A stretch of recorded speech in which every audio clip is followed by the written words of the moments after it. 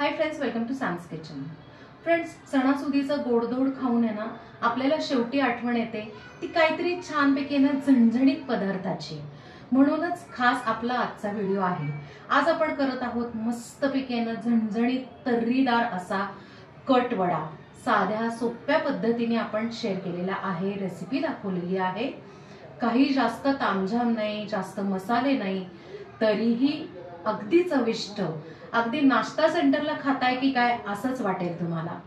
3, 2, 1 कटवडा करण्यासाठी आपण आहे ना आधी भाजीसाठी बटाटे उकडून घेणार आहे। अंदाजे मी इकडे 5 ते 6 मीडियम साईजचे बटाटे घेणार आणि 4 शिट्ट्या करून छान मऊ शिजवायचे, कमी शिजवायचे नाही, कारण आपल्याला हाताने स्मॅश करायचे आहेत ना। म्हणून कट करण्यासाठी ना त्याच्या आधी आपल्याला ना थोडीशी पूर्व तयारी करायची आहे। आपल्याला आधी ग्रेव्हीची पेस्ट तयार करायची। त्यासाठी एका पॅन मध्ये मी 1 चमचा तीळ घालून घेणार आहे, अर्धा चमचा खसखस। आता अगदी 1 ते 2 मिनिटं आपण छान आहे ना एक खमंग भाजून घेऊया। 1 मिनिट भाजून झाल्यावर तीळ तडतडायला लागले। आता पाववाटी सुकं खोबऱ्याचा किस किंवा डेसिकेटेड कोकोनट हे छानपैकी आहे ना मस्त लालसर भाजून घेऊया। हे बघा, खोबऱ्याचा रंग पण इतका छान चेंज झालेला आहे। आता हे जे कोरडं जिन्नस आहे ना ते काय करायचं, एका प्लेटमध्ये काढून घेऊया। आता सेम पॅन मध्ये आपण आहे ना थोडंसं तेल, म्हणजे अर्धा डाव आपण तेल घालून घेतलेला आहे। आता त्यात ना आल्याचा मोठा तुकडा घेऊन त्याचे असे बारीक तुकडे केले, 7-8 लसणाच्या पाकळ्या। आता छानपैकी परतून घेऊया। त्यात कलर जो आहे तो थोडासा चेंज झाला पाहिजे। इथे तुम्ही बघू शकताय की ना लसूण मस्त असा तळून घेतल्यासारखा परतलेला आहे। आता काय करायचंय, 2 मोठे कांदे असे उभे चिरून घेतले, ते घालून घेऊया। आता हा कांदा सुद्धा ना ह्याच्यात मिक्स करून छानपैकी ना परतून घ्यायचा। परतून घ्यायचा म्हणजे काय, तर छानपैकी लालसर परतायचा। कारण मगाशी पण आपण आहे ना खोबरं जे आहे थोडासा कलर चेंज होईपर्यंत भाजून घेतलं आणि कांदा पण आपण आहे ना लालसर भाजून घेणार। हे 2 गोष्टी आहेत ना करणं खूप महत्त्वाचं आहे, कारण ना आपल्या कटला रंग खूप छान येतो आणि कट खूप सुंदर लागतो। फ्रेंड्स, एक 3 ते 4 मिनिटं झालेले आणि मगाशी तुम्ही बघितलं असेल अगदी कांदा एकदम पांढरा होता आणि कलर बघा आता इतका सुंदर झालेला आहे। त्यात थोडीशी कोथिंबीर घालायची आणि अर्धाच टोमॅटो घालायचा। टोमॅटो अजिबात जास्त घालायचा नाही, नाहीतर काय होतं की आपली जी ग्रेव्ही आहे ना ती आंबट होते, म्हणजे ती आपल्याला कटला झणझणीतपणा असतो ना तो येत नाही। म्हणून आता हे पण आहे ना थोडासा गॅस मोठा करायचा, म्हणजे मीडियम करायचा आणि मस्तपैकी 1-2 मिनिटं परतून घ्यायची। 1-2 मिनिटं आपण परतून घेतलेलं आहे। आपण आता गॅस बंद करून हे सगळं मिश्रण आहे ना गार करून घेऊया। आता एक मोठा मिक्सरचं भांडं घेतलेलं आहे। कटसाठी आपण जे आहे ना मिश्रण भाजून ठेवलं होतं ते घेऊयात। आता हे पहिलं मिश्रण आपण खोबरं, तीळ आणि खसखस घेतलं होतं ना ते घेतलंय। त्यात आता आपण कांदा, टोमॅटो, आलं वगैरे ना ते भाजून घेतलं होतं ते ह्याच्यात घालून घेऊया।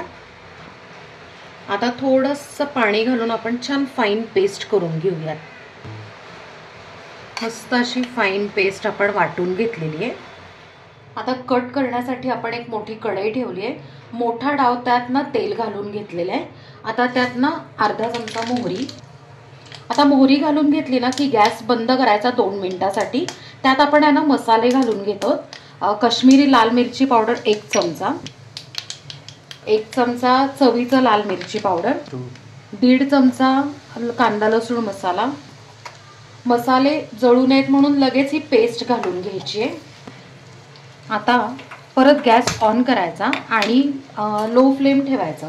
आता ही जी पेस्ट आहे या फोडणीमध्ये छान मिक्स करून घेऊ। इथे तुम्ही मार्क केलं का, आपण ना ज्या वेळेला ना पावडरचे मसाले म्हणजे तिखट वगैरे टाकणार होतो त्यावेळेला आपण गॅस बंद केला, कारण ह्याचं कारण काय माहिती का, की मसाले लगेच आपल्याला जळू शकतात म्हणून। आता इकडे ना एक महत्त्वाची टीप आहे, आपल्या कटला ना छान तर्री येण्यासाठी काय करायचं आहे, हा जो मसाला आहे, ही पेस्ट आहे, ते तेल सुटेपर्यंत छानपैकी परतून घ्यायचं आहे। बारीक गॅसवर म्हणजे लो फ्लेमवर आपण 3 मिनिटं छान परतून घेतलेले आहे आणि तुम्ही बघू शकता की त्याला ना तेल पण सुटायला लागलंय आता चवीप्रमाणे आपण मीठ घालून घेऊया आणि मस्तपैकी आहे ना गरम पाणी घालायचं ह्याच्यात. आपण आधी 1 ग्लास गरम पाणी घालून घेतलेलं आहे. त्यानंतर ना मिक्सरच्या भांड्यात पण आपण 1 ग्लास पाणी घालून घेतलंय. एकूण 2 ग्लास पाणी घातलं. आता उकळी आल्यावर आपण बघूयात की किती लागतंय पाणी.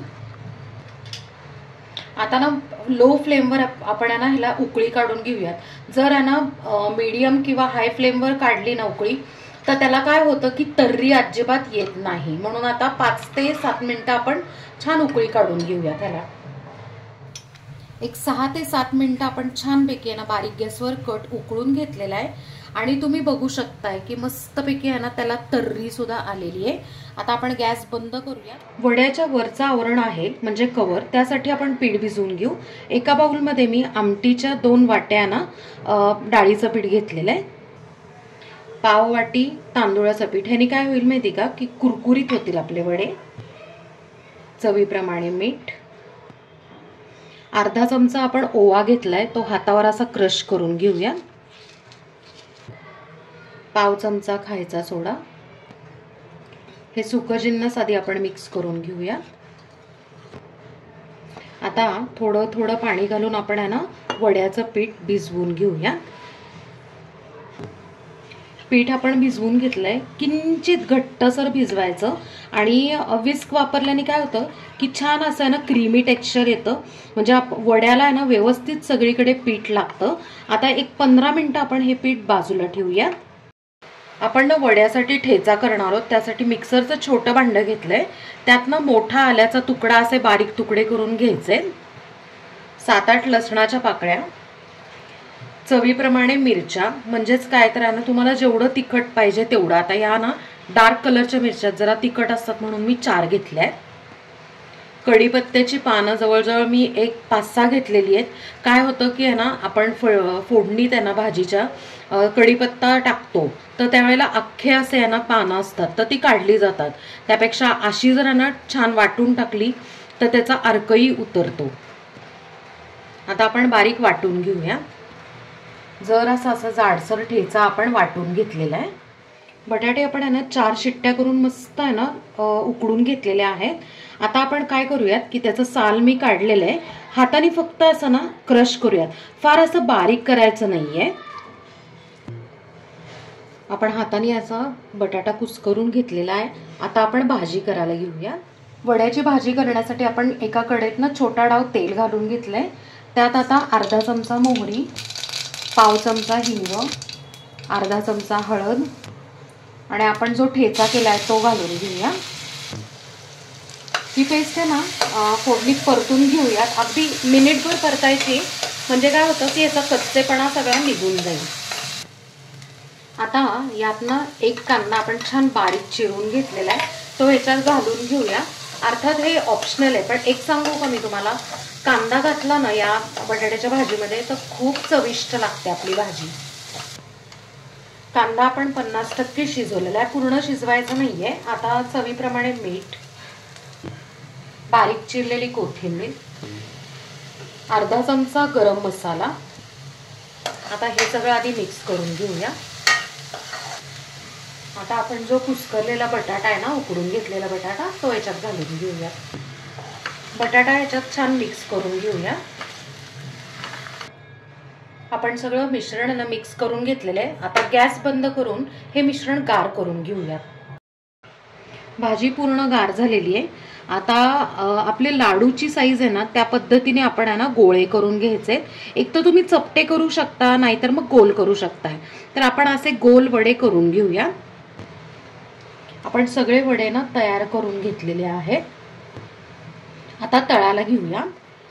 कटला नुकतीच उकळी आलेली आहे आणि आपण इकडे वडे करून ठेवलेत आणि पीठ भिजवून ठेवलेले आहे. तर आपण आता वडे तळून घेऊयात म्हणजे ॲट अ टाइम वडे पण गरम राहतात आणि कटही गरम असतो. आता पिठामध्ये आपण आहे ना वडा छानपैकी आहे ना असा बुडवून घेऊयात म्हणजे पीठ सगळं आहे ना कोट होईल. आता हा वडा आपण तेलात घालून घेऊयात.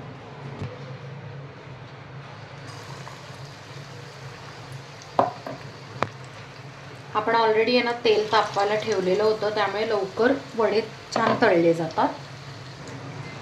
एकदा तेल तापलं ना की गॅस बारीक करायचा आणि 1-2 मिनिटं तळून घ्यायचा आणि थोडंसं असं कडेनी तेल हे करायचं, स्प्रिंकल करायचं, अजिबात हलवायचं नाही किंवा लगेच ना उलटून घ्यायचा नाही वडा. 1 मिनिट झालेला आहे आणि कडेनी तुम्ही बघू शकता की ना कलर आलेला आहे. आता हा आपण वडा आहे ना उलटून घेऊया. दुसऱ्या साईडनी पण मस्त असे लालसर वडे आपण तळून घेऊया. आता 1-2 मिनिटं झालेले आहेत. दुसऱ्या साईडनी पण आपण चेक करूया. काय मस्त कलर आलेला आहे ना वड्याला. आता आपण हे वडे आहेत ना काढून घेऊयात आणि मिरच्या तळून घेऊयात. आपण बाकीचे वडे सुद्धा असे मस्त याच रंगावर कुसकुशीत तळून घेऊयात. आता आपण ना मिरची पण मस्त तळून घेऊयात छान. मस्त आपण ना मिरच्या सुद्धा तळून घेतल्या. आपण इकडे कट वड्याची प्लेट आहे ना सर्व करून घेतोय. बारीक चिरलेला कांदा, लिंबू, मस्त असा आहे ना तर्रीदार कट आणि एका प्लेटमध्ये आपण वडा ठेवलाय. त्याच्यावर आपण आहे ना छानपैकी गरमागरम कट वाढून घेऊया.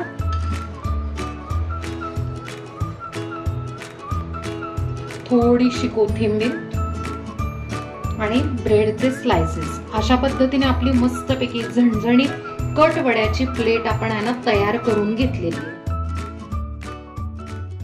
काय मंडळी, मस्तपैकी आहे ना कट वड्याची डिश बघून तुम्हाला नाश्ता सेंटरची आठवण झाली असेल ना. नक्की आहे ना आपली ही रेसिपी करून बघा. अजून एक महत्त्वाची गोष्ट आहे की ज्यांना आहे ना बिझनेस चालू करायचा आहे, नक्कीच आजचा व्हिडिओ आहे ना त्यांना फार हेल्पफुल आहे. सो सगळ्यांनी आपली ही रेसिपी करून बघा आणि मला कमेंटमध्ये सांगा. आपल्या चॅनलला सबस्क्राईब करा, लाईक करा, शेअर करा आणि कमेंट करा. आणि हो, बेल आयकन नक्की प्रेस करा अशाच नवीन आणि एक्साइटिंग व्हिडिओजसाठी. थँक्यू.